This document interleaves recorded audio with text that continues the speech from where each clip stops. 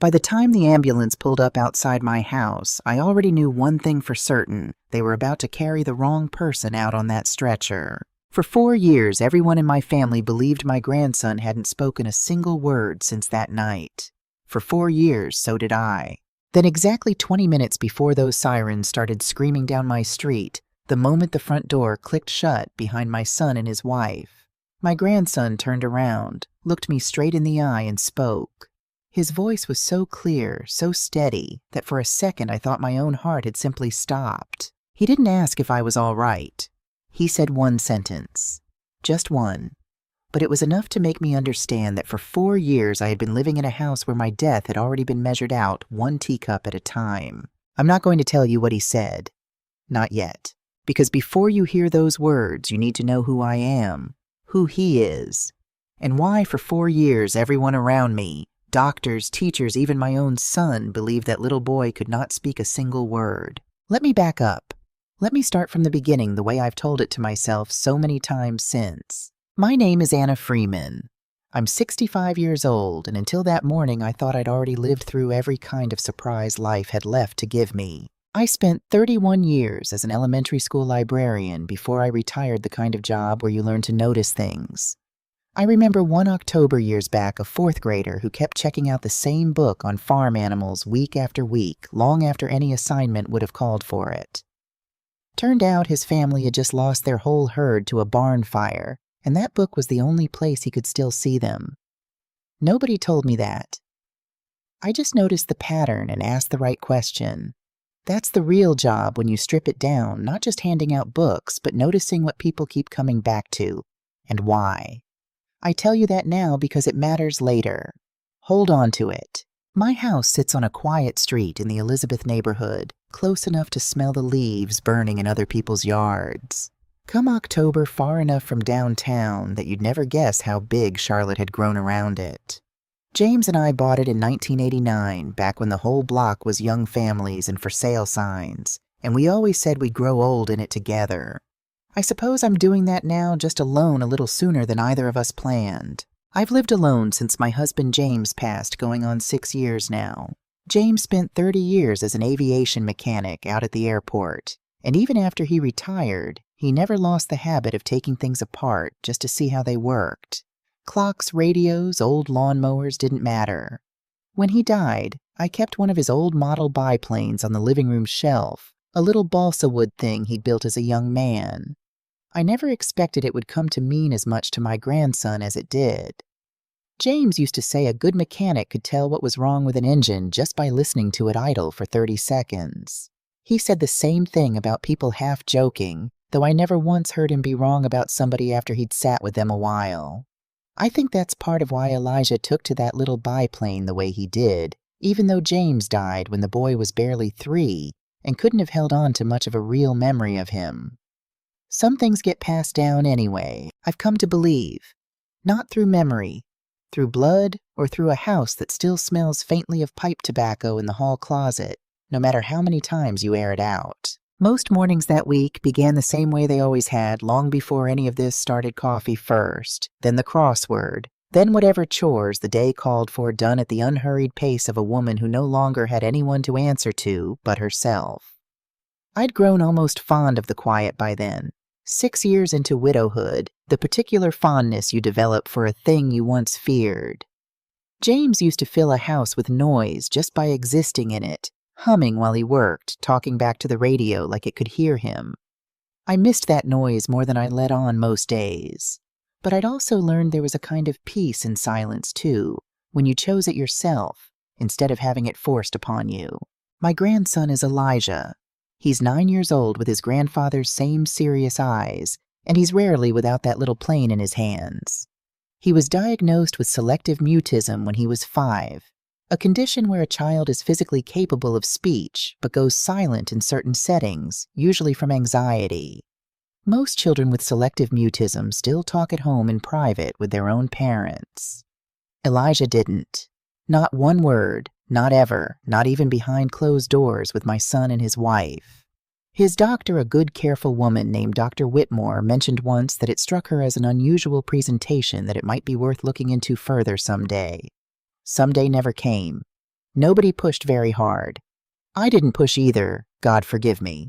I remember sitting in Dr. Whitmore's office not long after the diagnosis first came down, asking her outright whether it was something we'd done wrong, something we'd missed.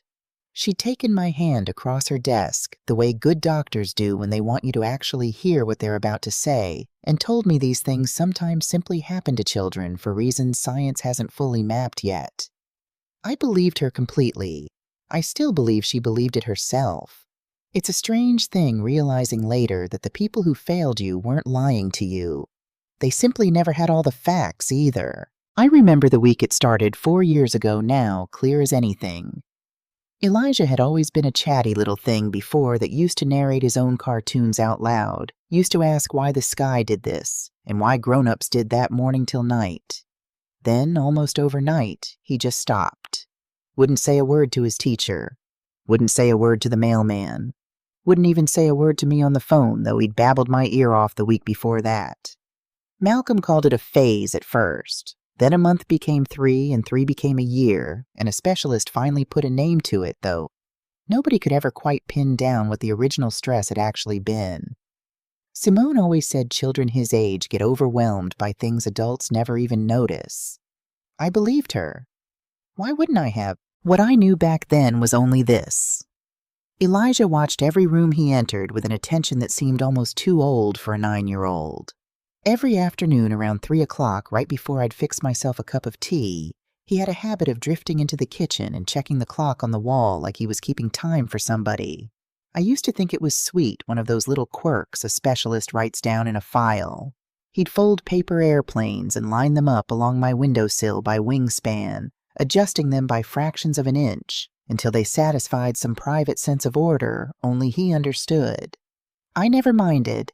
There was something peaceful about the two of us in the same room working at our separate quiet things, not needing to fill the air with words to feel like we were together. If you had asked me before that week to describe how I'd been feeling, I would have told you tired, a little foggy, some mornings prone to losing my train of thought mid-sentence in a way that embarrassed me more than it frightened me. I'd started leaving myself notes around the house, turn off stove, call Loretta, pick up prescription the way I imagine a lot of women my age do a small private accommodation for a mind that didn't feel quite as sharp as it used to. It never once occurred to me that the notes themselves might be evidence of something being done to me rather than something simply happening to me with age. My neighbor Odessa Grant stopped by that same week the way she often did on trash collection days to chat over the fence while we both wheeled our bins to the curb. Odessa's pushing 80, been living next door since before James and I bought this house, and since her hip surgery last spring, she's slowed down more than she'd like to admit. "You look tired, Anna," she said the way old friends can say a thing like that without it stinging. "Everybody keeps telling me that." I said, laughing it off, though even as I said it I felt the truth of it settle somewhere behind my eyes, a heaviness I couldn't quite place. "Well, Simone's a good girl looking after you the way she does," Odessa said. "Reminds me of my own daughter-in-law calling in my prescriptions, running to the pharmacy when my hip's acting up. These young women take such good care of us now, don't they?" I agreed with her. Of course I agreed with her. What reason did either of us have to think otherwise? Most afternoons that week before any of this started, Elijah and I sat out on the back porch after his early dismissal. He attends a small program 2 towns over, built for children who need extra patience. And I read to him from whatever paperback I'd picked up at the library sale that month. He never asked me to stop, never asked me to keep going either, not with words. But he had a way of going very still during the parts he liked best, like he was trying to hold on to a sentence a little longer before it got away from him. That week I read him a chapter from an old Ray Bradbury collection, the one about a boy who builds a time machine out of his grandfather's memories. Elijah went so still during that one that I checked twice to be sure he was still breathing. I didn't think much of it at the time. I just thought he liked stories about grandfathers.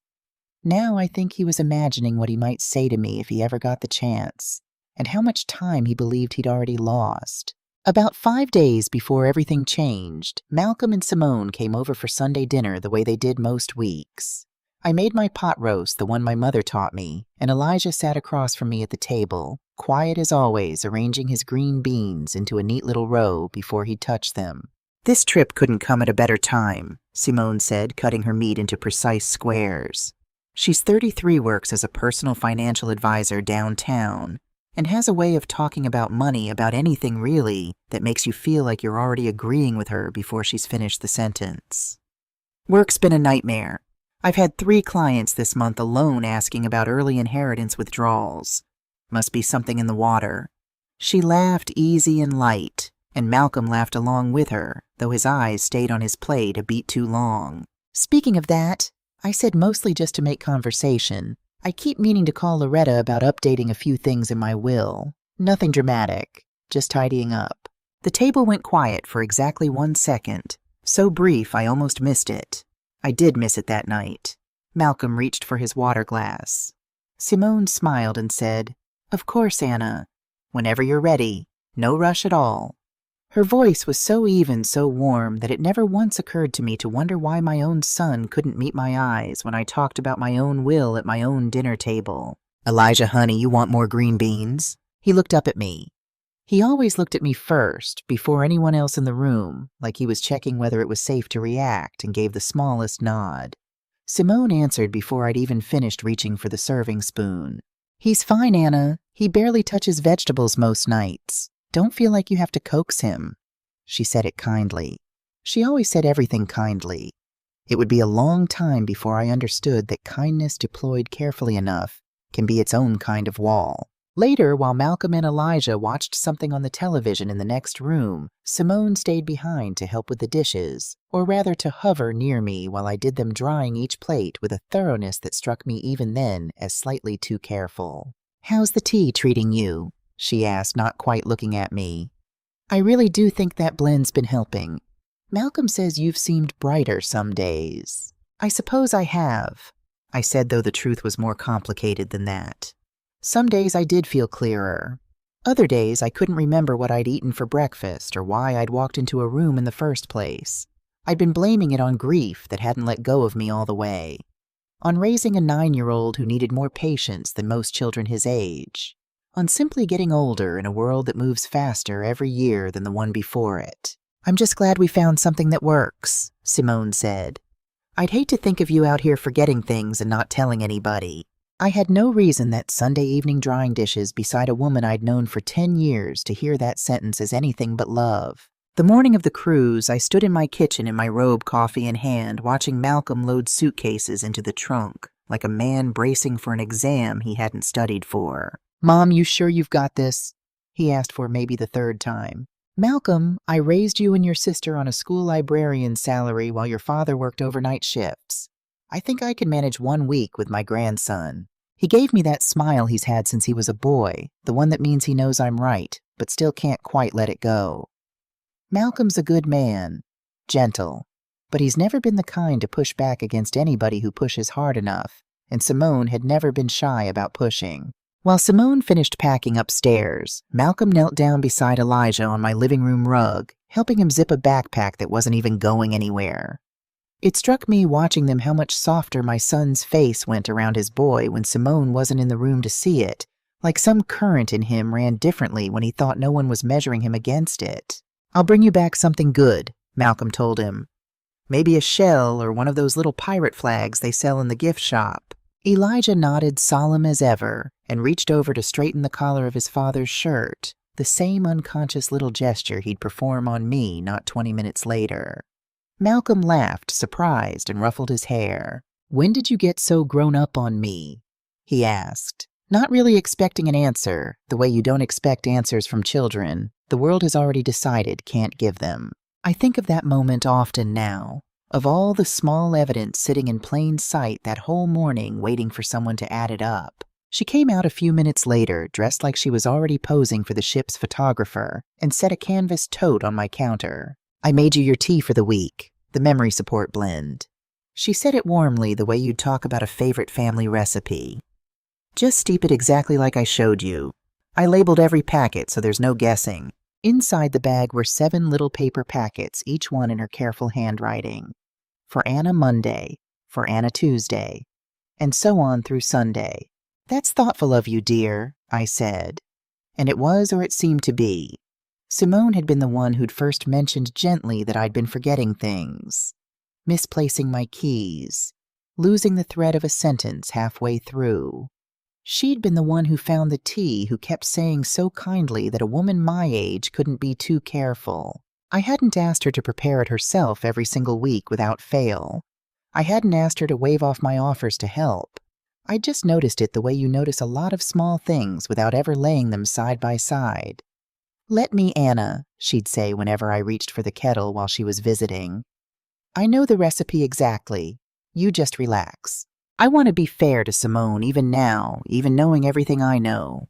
10 years is a long time to share a family with somebody, and in all that time she was never once unkind to my face. She remembered my birthday. She sent flowers the year I had my gallbladder out. If you'd asked me before that week whether I trusted my daughter-in-law, I would have said yes without hesitating, and I would have meant it. That's the part that still catches in my throat sometimes even now. It wasn't that I'd missed some obvious cruelty. It was that there hadn't been any, just 100 small kindnesses, each one perfectly reasonable on its own, stacked up so carefully that nobody standing inside that stack could see the shape it was making. Elijah stood beside me through all of it, his grandfather's little airplane held against his chest. "He's had a rough couple of days adjusting to the change in schedule," Simone said, crouching down to his height and speaking to him the way you'd speak to someone much younger. "Haven't you, baby?" She glanced up at me before he'd had the chance to do anything but blink. "He gets overwhelmed easily with new routines. If Dr. Whitmore's office calls to check in on him, just let me know, and I'll handle it.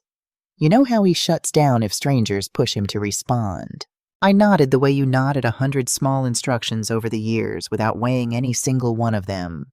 It was such a small thing, her answering for him before he'd even tried. I'd seen her do it 100 times. That's just what a devoted mother does for a child who struggles, I told myself. That's all it is. Now about his schedule. Simone pulled a folded index card from her purse and pressed it into my hand like she was handing over launch codes. "Bedtime is 8 sharp, no exceptions.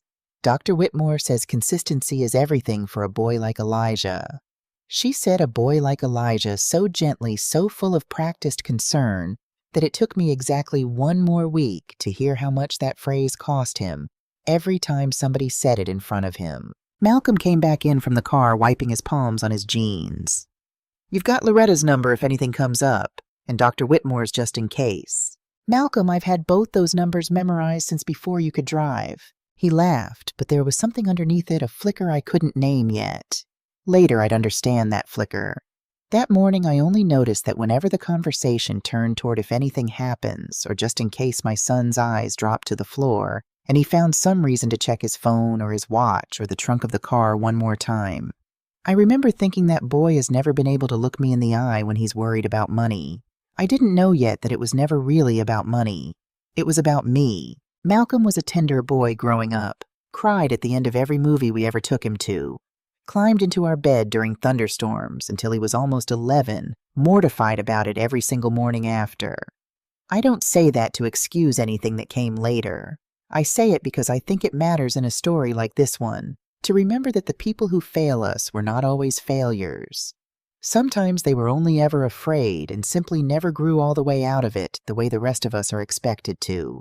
There was a small blue notebook sticking out of the side pocket of Simone's tote plain cardboard cover, the kind you'd buy 3 for $1 at the drugstore. Nothing at all like the rest of her carefully put together bag. When I reached over to help zip it closed, she moved it just a touch too quickly, tucking it beneath a folded sweater. "Just some work notes," she said, smiling. "You know how it is. Never really off the clock." "I know exactly how it is," I said, smiling back. We said our goodbyes on the porch, the way families do too many hugs, too many reminders. Malcolm circling back twice to say something he'd already said once. Simone kissed my cheek and told me one more time how much better this new blend was going to make me feel.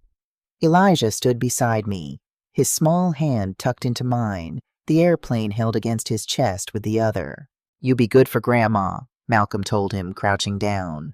Elijah nodded solemn as a judge and said nothing. Of course he said nothing. He hadn't said anything in 4 years. Before he climbed into the back seat, Elijah did it again, reached up and adjusted the collar of my cardigan, smoothing it down with 2 small fingers. The exact way I'd done for him 100 times before school, the same small gesture he'd just given his father minutes before. I laughed and told him I wasn't the one going anywhere. He just looked at me a moment longer than the gesture called for, then let his father buckle him in. I watched their car back out of the driveway and disappear around the corner, same as I'd watched 100 times before. I stood on the porch a moment longer than I needed to, Elijah's hand still in mine that quiet October morning, settling in around us. "Well, sweetheart," I said, turning back toward the house. "Looks like it's just you and me for a week." He looked up at me, then really looked in a way that caught me off guard, like there was a whole conversation happening behind his eyes that I hadn't been invited to yet. Then he tugged my hand gently toward the kitchen, back into whatever quiet world he lived in, and I told myself it was nothing. Just a boy glad of the chance to have his grandmother's house to himself for a while. I had no idea standing in that doorway that I'd just watched my son and his wife drive off for what might be the last ordinary week of my life. I had no idea that the silence walking beside me into that kitchen wasn't empty at all. It was waiting. The next morning I got up before Elijah, same as always, and put the kettle on while the coffee maker gurgled beside it, 1 cup of Simone's tea for me, 1 bowl of cereal for him, the same as any other morning I'd spent watching him grow. I tore open the packet marked Monday. I'd already lost track of what day we were actually on. 1 cup seeming much like another, and let it steep while I buttered my toast. When I finally lifted the mug to my lips, I happened to glance toward the kitchen table. Elijah was watching me. Not his usual quiet, drifting attention. His whole body had gone rigid, both hands wrapped around his grandfather's little biplane so tightly his knuckles had gone pale. His eyes flicking from the mug in my hand to my face and back again, over and over like he was trying to send me a message through sheer force of staring. I don't know exactly what stopped me. Nothing about the tea looked different that morning. Nothing about the day was different, except for that look on my grandson's face, a look I had genuinely never seen on him before, not once in 9 years. It wasn't his usual watchfulness. It was fear. "What is it, baby?" I asked, and set the mug down on the counter instead of drinking from it. "You want some toast?" He blinked, and something in his shoulders loosened just slightly like a held breath let halfway out. He nodded at the toast. I made him a piece, cut it into triangles the way he liked, and told myself the tea would keep just as well cold as hot. I never did finish that cup. I told myself at the time it was because I'd gotten busy with the crossword. It would be nearly 2 weeks before I let myself admit that wasn't the real reason at all. Something about that morning stayed with me the rest of the day, a small burr caught in the fabric of an otherwise ordinary morning. I couldn't have named it if you'd asked me to. I only knew that somewhere in the pit of my stomach a question had been planted that I wasn't yet ready to ask out loud. After that, I found reasons not to finish my tea. I'd pour it same as always, let it steep, the right amount of time, take a sip or two for appearances, and then get distracted by the crossword or a phone call, or Elijah needing something until the cup had gone cold enough that pouring it out and starting fresh seemed the more sensible thing to do. I told myself this was simple forgetfulness, the very thing I was supposedly there to guard against. It would be a while yet before I let myself notice that I was the one engineering my own forgetfulness on purpose, without ever quite admitting it to myself. The days that followed fell into a rhythm the way days do, even when something underneath them has already started to shift. Mornings I got Elijah ready for his summer program turkey sandwich, cut diagonally apple slices, never grapes. He'd never once eaten a grape in his life, and I'd long since stopped asking why. Afternoons we sat on the porch or at the kitchen table, him with his planes, me with my crossword. Evenings I made dinner enough for 2, though some nights I found myself eating less than usual, my appetite gone thin in a way I couldn't blame entirely on grief or age. By the 3rd day I noticed I'd started narrating my own day out loud under my breath. "Now I'm putting the kettle on, now I'm getting the mail." The way you do when you're worried about losing track of your own life and want some kind of witness to it, even if that witness is only yourself. I hadn't done that since the worst months right after James died. I told myself it was grief circling back around. I didn't yet let myself consider the other explanation. I want to tell you honestly what those days felt like, because I suspect some of you watching this have felt something like it yourselves. It is one thing to suspect a stranger of wishing you harm. It is another thing entirely to suspect your own family, the woman who sat across from you at 100 dinners, who held your hand at your husband's funeral, who has called you Mom for 10 years even though she never had to. Every time the thought rose up in me that week, what if it's the tea? What if it's her? Some older, more dutiful part of me pushed it right back down. You're being unkind. You're being paranoid. This is what getting older does to a mind, makes it suspicious of the very people trying to help it. I have since learned that this particular kind of doubt, the kind that turns inward, that accuses the one doubting rather than the one who earned the doubt, is exactly the doubt somebody counts on when they've spent a long time building a case for your own unreliability. The kinder Simone had been to my face over all those years, the harder it was to believe her capable of what I was starting to suspect. That I've come to think was never an accident. There was an evening midweek when I sat with the phone in my hand for the better part of 20 minutes. Malcolm's number already dialed my thumb, hovering over the call button. What would I even say? I think your wife might be poisoning me, but I have no real proof, and you're 400 miles out at sea on the anniversary trip you've been looking forward to all year. I imagined his voice going tight with worry, imagined him cutting the trip short, imagined Simone's face when she found out I'd said something behind her back with nothing but a strange-tasting cup of tea to back it up.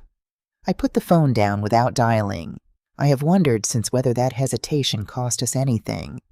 I don't believe it did, but I understand now why so many women in situations like mine wait as long as they do before they let themselves say the thing out loud. It isn't foolishness. It's the plain, reasonable fear of being wrong about someone you still need to be right about you. I thought of James constantly that week, more than I usually let myself. There's a particular kind of loneliness that comes from facing something frightening in a house you used to share with somebody, in rooms that still remember the sound of two voices instead of one. I found myself talking to him sometimes quietly, the way you do with the dead when you're desperate enough. What would you make of all this, old man? What am I missing? James never had patience for half answers. He would have wanted me to test that tea the very first day, not the 6th. I like to think wherever he is, he wasn't too disappointed in how slowly I got there. By midweek, I'd started doing something I hadn't done since my working days, keeping notes. Nothing dramatic, just a little spiral pad I kept by the phone, the same kind I used to jot down which 4th grader needed which book. I wrote down what I ate, what time I woke up, whether I felt foggy or clear, and for how long. I kept the house cooler than usual, 2 windows cracked, despite the October chill, some instinct telling me I needed to stay alert, sharp awake to every small sound. I made stronger coffee than I normally would. I stopped watching my afternoon shows, unable to sit still long enough to follow a plot that wasn't my own. Looking back over those notes, one thing jumped out plain as day. The tea Simone had left me this week was darker than any batch she'd brought before. I'd had this same blend on and off for the better part of a year now, always a pale golden color, mild enough that I sometimes added extra honey just for flavor. This batch came out the color of strong coffee, almost amber, and left a faint bitterness under my tongue no amount of honey seemed to fix. I mentioned it to no one. Who was there to mention it to? Malcolm and Simone were somewhere in the middle of the ocean by then, and it seemed a foolish thing to interrupt an anniversary cruise over. So instead, I did what I've always done with a problem I can't quite name.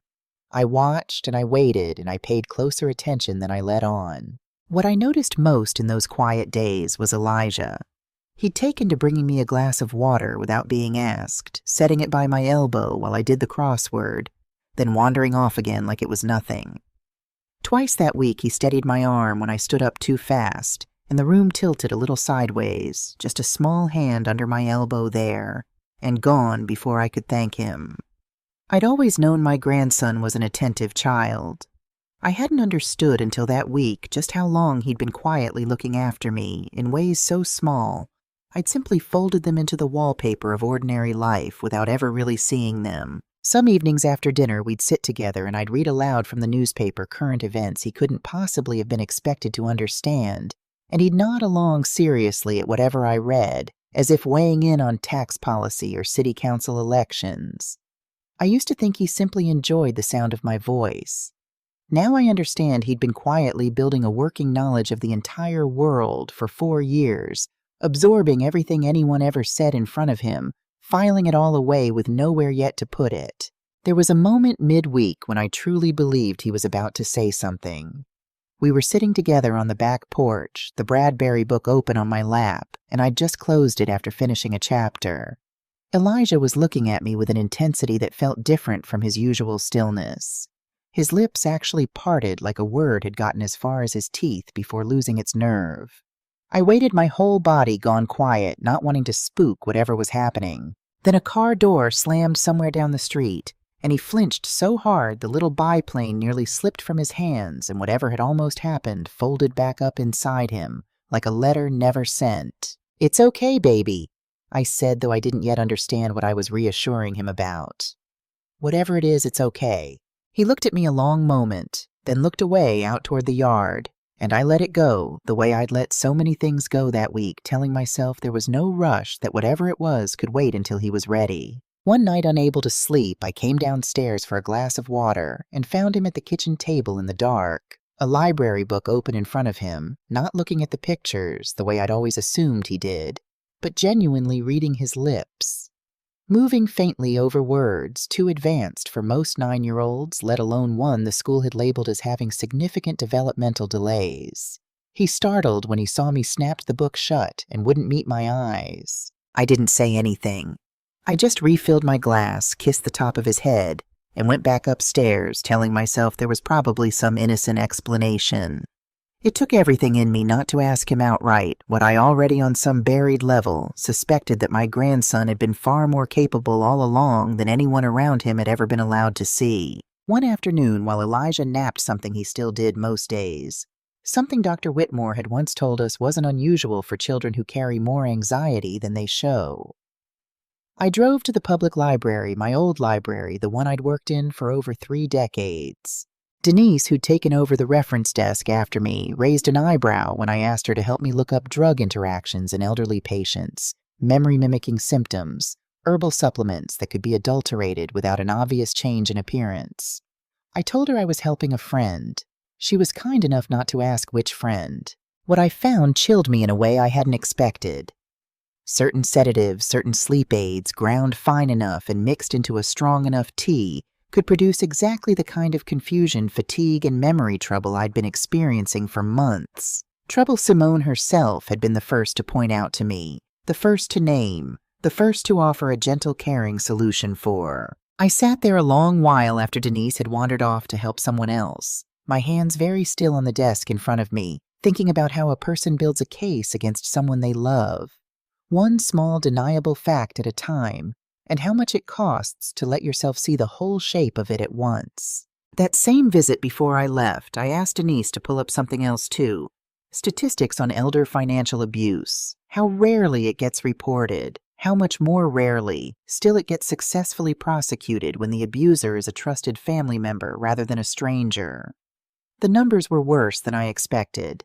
Most cases, it turned out, never make it anywhere close to a courtroom at all, not because they aren't real, but because so few victims are believed enough soon enough by anyone with the power to intervene. I sat with that fact a long time, understanding for the first time exactly how much of a long shot Elijah and I were about to attempt. I nearly told Odessa Grant everything one afternoon that week when she came by to borrow my stepladder. We stood in my driveway a good 20 minutes, the ladder forgotten between us, while I circled around and around the edges of what I wanted to say. Has Simone ever asked to pick up your prescriptions for you? Has she ever seemed too interested in what you take and when? The questions sat right there behind my teeth the whole conversation. I didn't ask them. Some old habit of family loyalty, or maybe just plain fear of sounding like a foolish, suspicious old woman, kept my mouth shut tight around every one of them. Odessa handed me a jar of her famous peach preserves, the same as she did every August, thanked me for the ladder, and went home. I stood in my driveway a long while after wondering what exactly I was so afraid of finding out. As the days wore on, curiosity had gotten the better of whatever politeness had kept me quiet. I set aside an unopened packet and drove it over to my old friend Francis Boyd's place across town. Frances spent 32 years as a school nurse before she retired 2 years ahead of me, and there isn't much in the way of medicine or ailments that woman hasn't seen up close. She's got a dispensary sense about her, still the kind that never really turns off once you've spent 3 decades patching up other people's children. She opened the packet at her kitchen table, sniffed it, rubbed a pinch of the dried leaves between her fingers, and went quiet in a way that made the hair rise on my arms. "This isn't just chamomile Anna," she said finally. "There's something else ground up in here, fine as powder, mixed right into the leaves so you'd never see it unless you were looking for it. I can't tell you what it is just by looking, but I'd get yourself properly tested and soon." I laughed it off right there at her table, some reflex of politeness that didn't want to believe what my own eyes and ears were telling me. "It's probably just some new blend of hers," I said. "She's always trying new things." Frances didn't laugh along with me. She reached over and squeezed my hand the way you do when you're too worried to argue but don't want to frighten somebody further. "Humor an old nurse," she said. "Get it tested."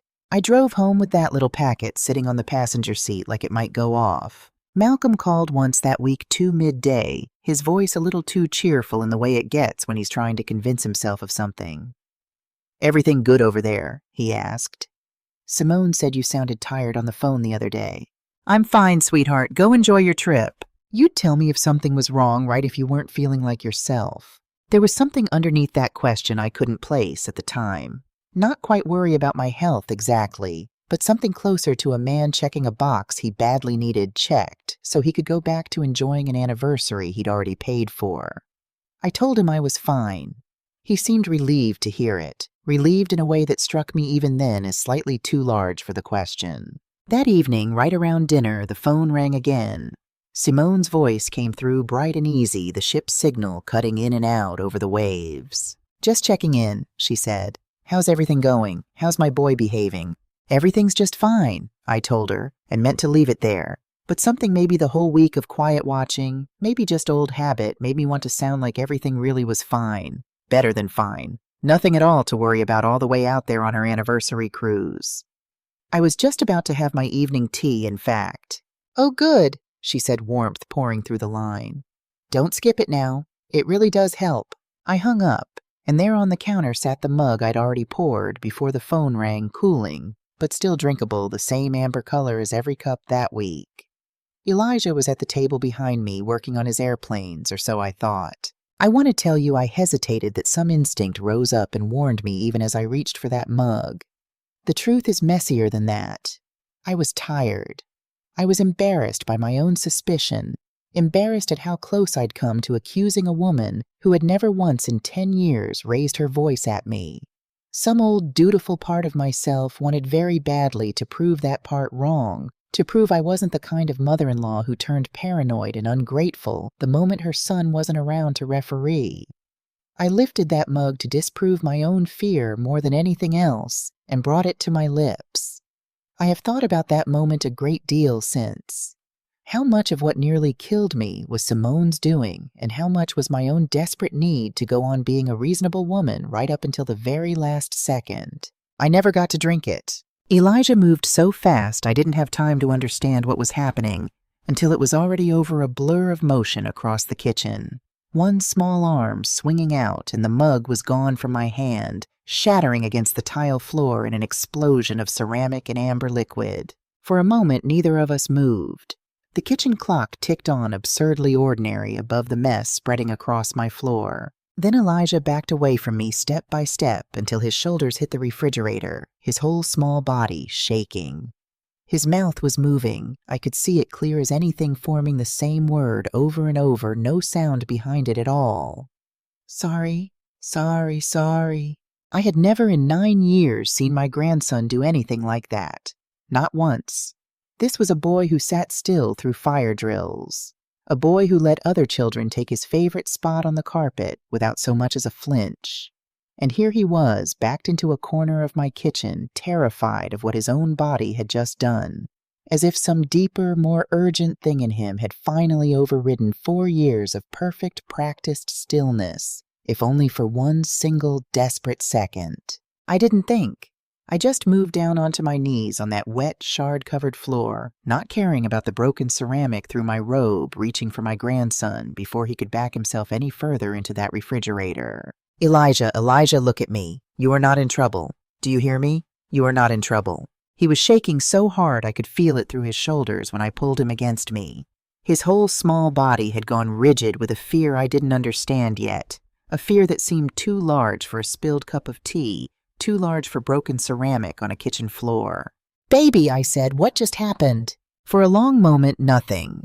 Just his ragged breathing against my shoulder, the tick of the kitchen clock, the slow spread of amber liquid cooling on the tile beside us. Then he pulled back just far enough to look at me, and he spoke. "I don't want you to die." 4 words.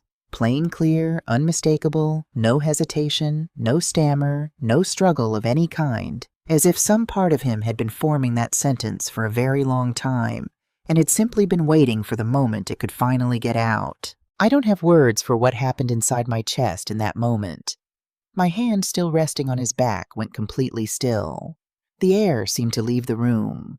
Somewhere very far away, I heard that kitchen clock keep ticking absurd and steady, as if the whole world hadn't just tilted sideways. I didn't say anything. I couldn't have, even if I'd wanted to. I just knelt there on that broken glass, holding my grandson, who had just spoken his first words to me in 4 years, and who had chosen of everything in this world he might have said first to say that. It was Elijah who finally broke the silence in a voice still rusty with disuse, but growing steadier with every word like a door swinging open after years of being painted shut. "I've always been able to talk, Grandma. Mom made me stop. She said if I ever talked to anybody again, she'd send me away somewhere and I'd never see you or Dad again. That's what happened 4 years ago, the night I saw her put something in your tea, and I told my teacher the next day, and Mom found out, and she—" He stopped his breath, catching. "She told me what would happen if I ever did that again." I sat there on my kitchen floor, my grandson in my arms, a shattered mug at my knees, and understood all at once that I had spent the last 4 years believing my grandson was silent by nature, when in truth he had been silenced carefully, deliberately, and out of a fear so precisely engineered that it had held for 4 straight years without ever once cracking until tonight. I thought kneeling there of every well-meaning person who had ever told me how lucky Elijah was to have such a devoted mother. I thought of how many times I'd nodded along grateful, never once questioning the version of the story I'd been handed. It is a particular kind of grief, discovering how easily you can love someone and still get the whole shape of them wrong. I don't know how long we stayed like that on the floor, among the broken pieces of a cup that had very nearly been the last thing I ever drank. Long enough for the tea to stop pooling and start drying at the edges. Long enough for my knees to go numb against the tile. When I finally found my voice again, it came out steadier than I felt. "We're going to figure this out," I told him. "Together. Do you understand me? Whatever your mother has done, whatever she's planned, you are not alone in this anymore, and neither am I." Elijah looked up at me, his eyes red-rimmed but clear, 4 years of held silence still hanging off him like a coat he hadn't yet learned to take off. "She's coming back in 3 days, he said. "And Grandma, she made this week's tea stronger. I heard her say so on the phone before they left." I looked past him at the amber stains spreading slowly across my kitchen floor, and understood that whatever ordinary life I'd known for the past 65 years had just ended right there on the tile in the space of 4 small words. It was Elijah who led me to the notebook, not the other way around. I'd assumed if we found anything at all, it would be tucked away somewhere in his room or hers, some private drawer, some locked box. Instead, he walked straight past both into my own living room and pulled a book down from my own shelf. The morning after everything broke open between us, the 2 of us had sat together at the kitchen table over breakfast, both a little raw, a little unsteady, like survivors comparing notes after a storm. He'd eaten his cereal in careful, measured bites, watching me with an expression that had shifted overnight from wary to something closer to determined. It was only after breakfast, once the dishes were cleared, that he'd stood up without a word and walked straight to that shelf. "She keeps it in here," he said, and there was something almost apologetic in the way he said it, like he was sorry to be the one telling me my own house wasn't as safe as I'd always believed it was. It was an old book club edition of a novel I'd never much cared for, one Simone had given me for Christmas years back and never had the heart to get rid of. The spine had been carefully hollowed out, the pages glued together in a block, a rectangular cavity carved deep enough to hold a small cardboard-covered notebook. I understood, holding that book in my hands, why she'd chosen this particular hiding place. Nobody searches a gift they've already decided not to read. And nobody watches a daughter-in-law more closely than when she's out of the house. She was safest hiding her secrets in the one place she had a standing excuse to visit day or night for as long as she liked. Just checking on Anna, the perfect alibi for coming and going as she pleased. The notebook itself was worse than I'd let myself imagine, even after everything Elijah had already told me. The early pages held a single entry dated 4 years back in Simone's careful looping hand. A few lines about dosage, about timing, about how quickly a body my age might respond to a particular combination of medications. Then nothing. A gap of years, blank pages, as if she'd simply closed a door on the idea entirely. The entries picked back up roughly a year ago, and from there they came thick and fast. Date, symptoms, small clinical notes on my own decline that read less like a family member's concern and more like a lab report. Subject more confused today, easier to redirect. Subject questioned memory lapse, increased dose, slightly monitor for suspicion. I was subject in her handwriting. Not Anna, not Mom. Tucked behind those pages was a second set of records, entirely bank statements, loan documents, all bearing a name I'd never once heard in 10 years of family dinners. Curtis Boone. Some kind of private lender who specialized according to a glossy brochure clipped to the file in inheritance advances for families in transition. Simone owed the man nearly $120,000 borrowed against an inheritance that by the math scratched in the margins was mine to give and nobody else's to spend. There was a single line near the back that I have not been able to fully shake since. Boone says it worked fine with Aunt Carol. No one asked questions. There was a photograph tucked between the last 2 pages, Simone as a much younger woman, standing beside an older woman I didn't recognize, both of them smiling at whoever held the camera. On the back in pencil, someone had written a single name and a set of dates 12 years apart. I understood looking at it that I was looking at very likely the only photograph that still existed of Aunt Carol, kept not out of grief, but as some private unspoken reminder of what had once been possible. I didn't know who Aunt Carol was until Elijah told me Simone's own aunt, dead nearly a decade now, of what everyone at the time had called natural causes. It was apparently how Simone had first come to know Mr. Boone at all. Further back in the notebook, in a different ink, was a list of dates matched to what looked like pharmacy pickup times, and beside several of them, in small parentheses, the initials OG. It took me a moment to place them. Odessa. My Odessa who'd stood in my driveway not 2 weeks earlier, telling me how grateful she was that Simone ran her prescriptions to the pharmacy for her. I thought of her hip pain medication, her sleep aids, and felt something in my stomach turn over, slow and cold. My house is worth around $380,000. Between that and what James and I had managed to save over 40 years of careful living, there was a little over $500,000 sitting in my name, waiting for the day I died so it could pass to Malcolm, and evidently to whatever remained of Simone once Mr. Boone had been paid back in full. I called Loretta Simmons first, my lawyer of 15 years, and told her everything start to finish without stopping to catch my breath. Anna? Her voice was very controlled, the way people get when they're working hard not to sound as alarmed as they feel. I need you to call Dr. Whitmore right now, and I want you to seriously consider calling the police today. Not yet, I said. I want this done right. I want enough proof that nobody, not a jury, not a judge, not one single person can look at my grandson and decide his word doesn't count for something. Dr. Whitmore saw me the next morning, drew blood, and called me herself that same evening, her voice tight with a kind of anger I'd never once heard from her in 10 years as my doctor. Anna, you have levels of sedatives and sleep medication in your system that have no business being there. None of this is on anything I've ever prescribed you. If this had continued even a few more weeks at the same rate— She didn't finish the sentence. She didn't need to. I thanked her, hung up the phone, and sat a long moment at my kitchen table, my grandson across from me working quietly on a paper airplane, and understood that the woman I'd trusted with my family for 10 years had very nearly succeeded in making my own death look like nothing more than old age catching up with me at last. We had 2 days left before Malcolm and Simone's flight home. I spent them building a case the way I used to build a lesson plan carefully in order leaving nothing to chance. There were moments in those 2 days when my resolve wavered more than I ever let Elijah see.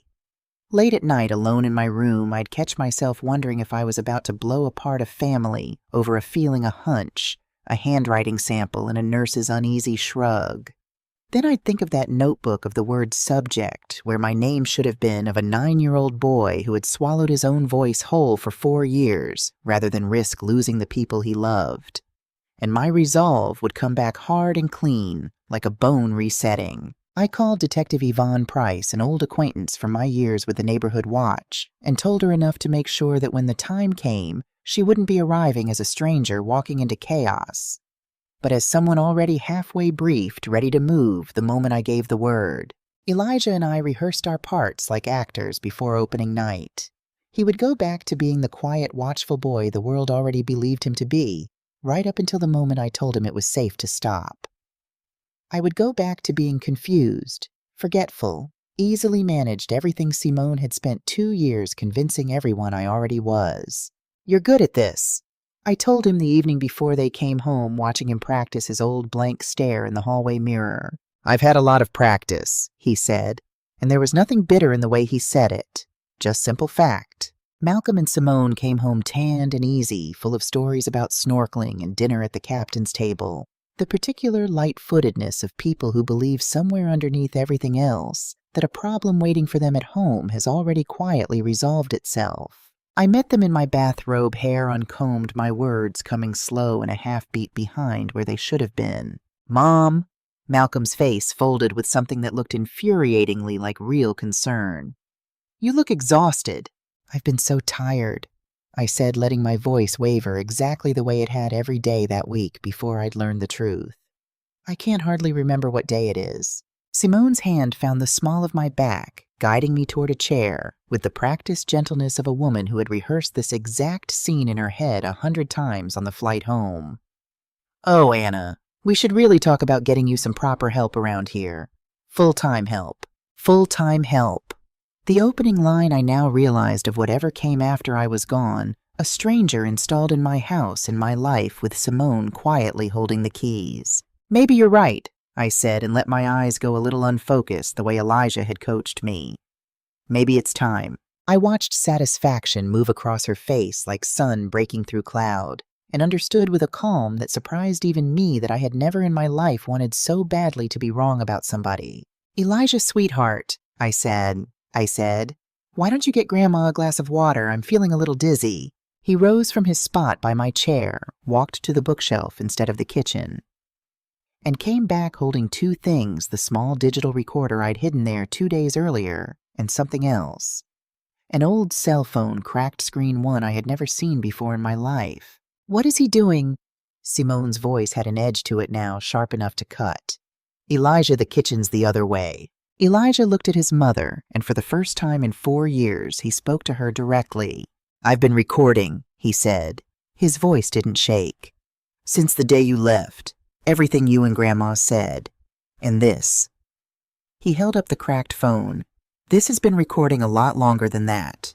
The color left Simone's face so fast I actually thought for one absurd second that she might faint. He can't." "I can talk, Mom," Elijah said. "I've always been able to talk. You just made sure I was too scared to do it in front of anyone." Malcolm's face had gone the color of old paper. "Elijah, you can... How long?" He couldn't seem to land on a single question long enough to finish it. "A long time, Dad." Elijah's voice, still rough at the edges from 4 years of disuse, had begun to steady with every word the way a hinge stops squeaking the more you work it. "This phone was Mrs. Grant's old one. She was going to throw it away, and I asked if I could have it instead. I've had it hidden almost 2 months. It's got phone calls on it. Calls to somebody named Curtis Boone." I watched something break open behind my son's eyes. Not surprise exactly. but the particular collapse of a man who has been quietly, desperately hoping he was wrong about something for a very long time. I saw that name. Malcolm said so quietly I almost didn't catch it. On your phone, months ago, and a text something about a payment being late. I asked you about it and you said it was nothing, a work thing, and His voice cracked clean in half. I wanted so badly for it to be nothing. I didn't want to know. God help me, I didn't want to know. Stop it. Both of you stop it right now. Simone's voice had lost every trace of its practiced warmth.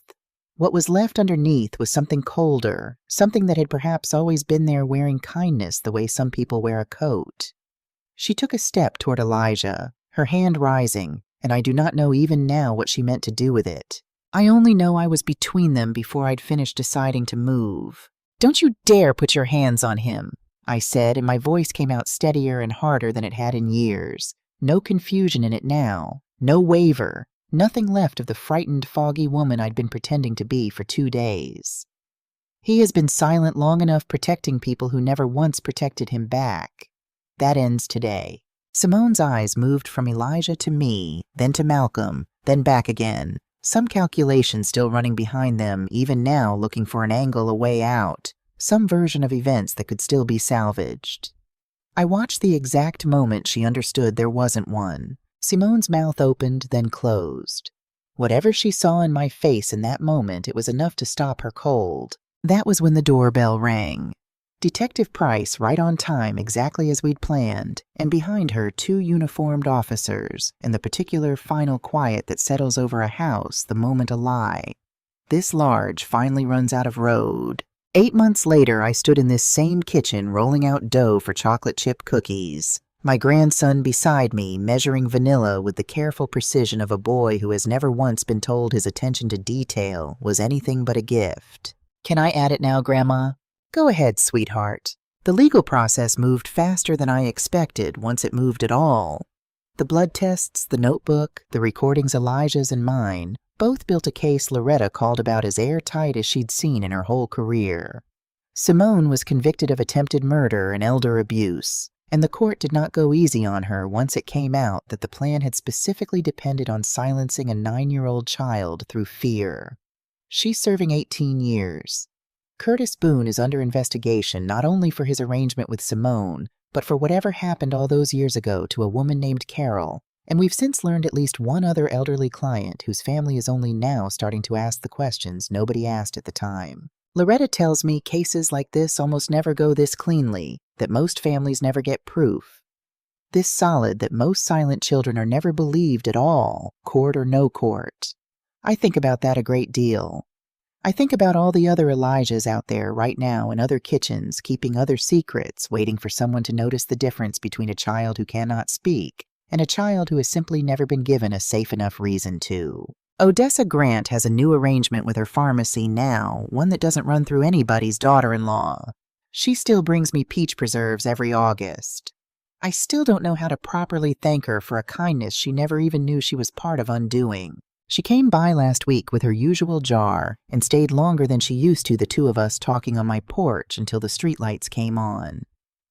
I keep thinking about all those years I thanked her for helping me, she said at one point, meaning Simone not needing to say the name out loud for either of us to understand. I told her I understood completely. We sat with that a while, 2 old women who'd both in our own ways mistaken careful cruelty for kindness, and were only now learning to tell the 2 apart. Malcolm took a plea in the end probation-mandated therapy and a long, unglamorous road toward whatever relationship he and his son can manage to rebuild from here. It isn't fast, and it isn't clean. Some Sundays he comes for dinner, and Elijah barely speaks 2 words to him. 4 years of silence replaced now by a different kind of quiet one I suspect will take longer to heal than the first one did to break. I don't rush it. I've learned this year, if nothing else, that some things can't be rushed without breaking all over again. Last Sunday, for the first time, Elijah let his father help him build a new model airplane kit I'd bought them to work on together. Nothing said about it directly, no grand reconciliation speech. Just 2 sets of hands working glue and balsa wood at my kitchen table while I pretended to read my crossword and didn't miss a single motion of it. It isn't everything. But it's something, and these days I've learned to let something be enough. Elijah sees a wonderful therapist twice a week, a soft-spoken woman named Dr. Patel who says his progress is remarkable, though I could have told her that myself.